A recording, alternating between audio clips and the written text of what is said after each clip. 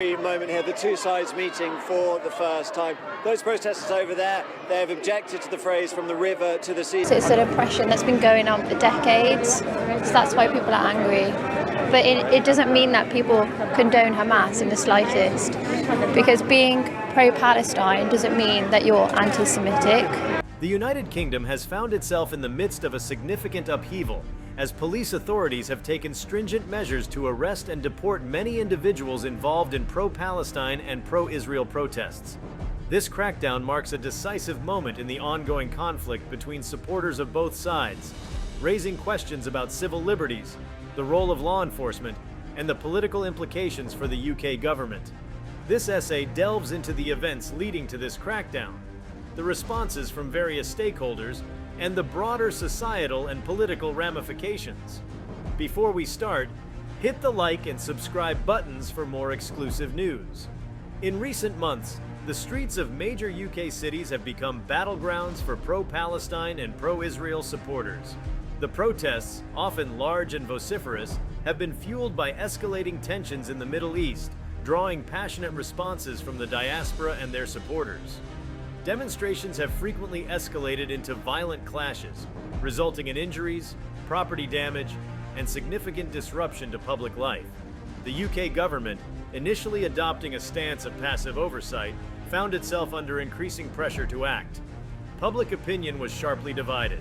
Some advocated for the right to peaceful protest, while others demanded a more robust law enforcement response to maintain public order. The tipping point came when a series of violent altercations in London and Manchester led to severe injuries and a fatality, prompting authorities to intervene decisively.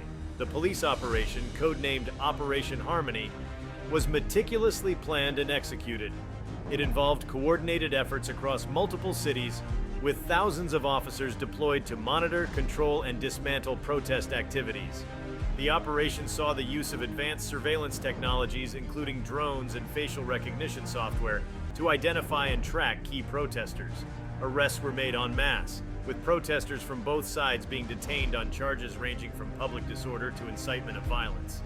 Notably, the operation did not discriminate based on the protesters' affiliations, targeting both pro-Palestine and pro-Israel demonstrators equally.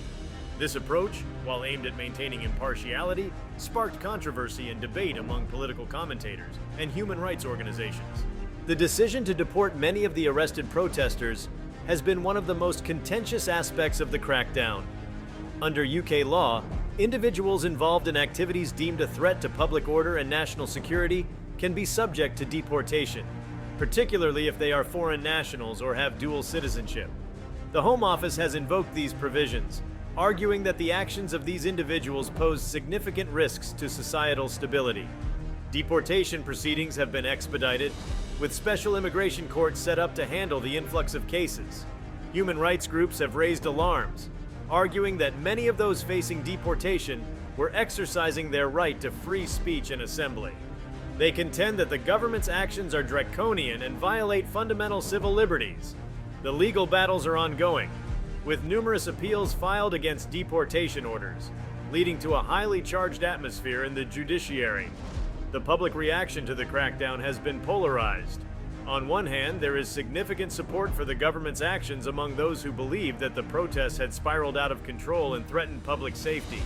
These individuals argue that maintaining law and order is paramount, and that the police's actions were necessary to restore peace.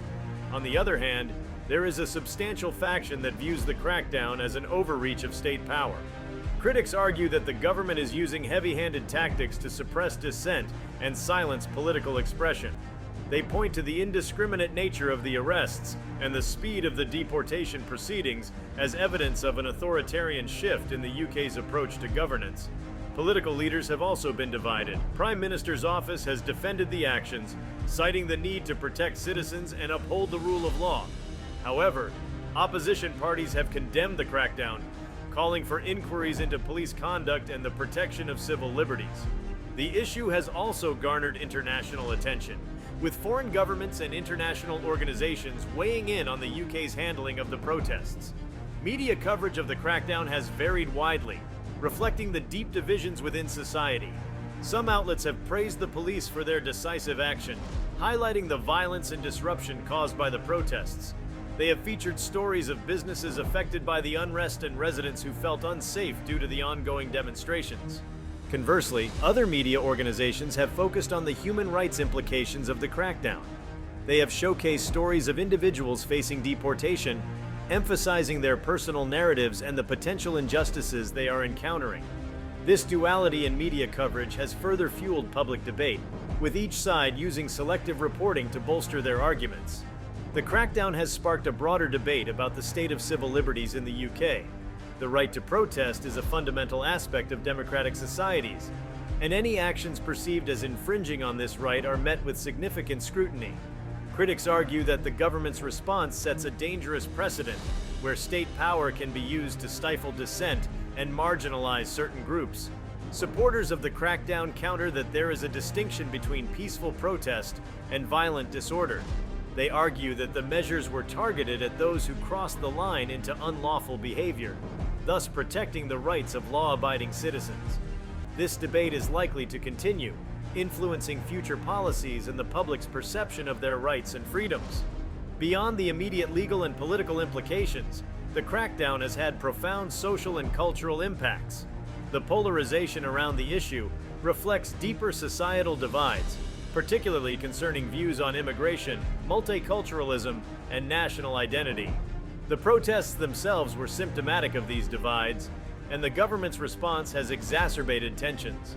Communities with strong ties to the Middle East, particularly those of Palestinian and Israeli descent, have found themselves at the center of this storm. The arrests and deportations have created fear and uncertainty within these communities, affecting their sense of belonging and security in the UK. This situation underscores the challenges of managing a diverse society where international conflicts have local ramifications. Operation Harmony also highlighted the growing role of technology in modern law enforcement.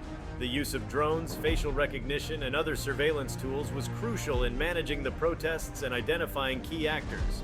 This technological integration has sparked its own set of debates about privacy, civil liberties, and the ethical use of surveillance. Proponents argue that such technologies are essential for effective policing, particularly in complex and large-scale operations.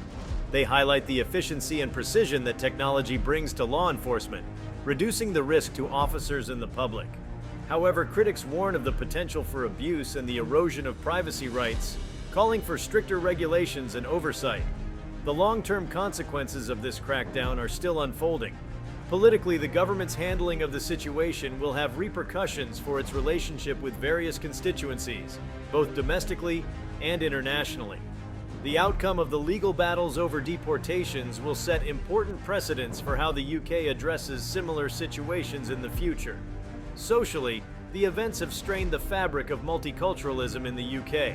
The sense of injustice and victimization felt by those targeted in the crackdown could lead to further alienation and radicalization, complicating efforts to foster social cohesion.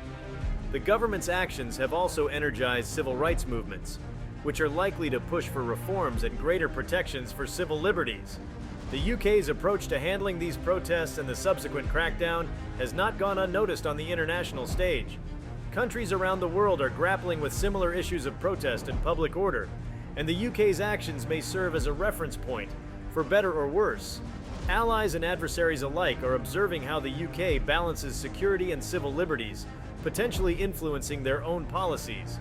Furthermore, the crackdown has implications for the UK's diplomatic relationships, particularly in the Middle East. The perception of bias or injustice in handling pro-Palestine versus pro-Israel protesters could affect the UK's standing in the region. The government's actions are being scrutinized for consistency and fairness, impacting its credibility and influence. If you like this video, please give it a like and subscribe to our channel. Also, could you leave your comments below and tell us, do you support the UK police's actions against protesters? We want to hear from you. Thank you for watching, and see you next time.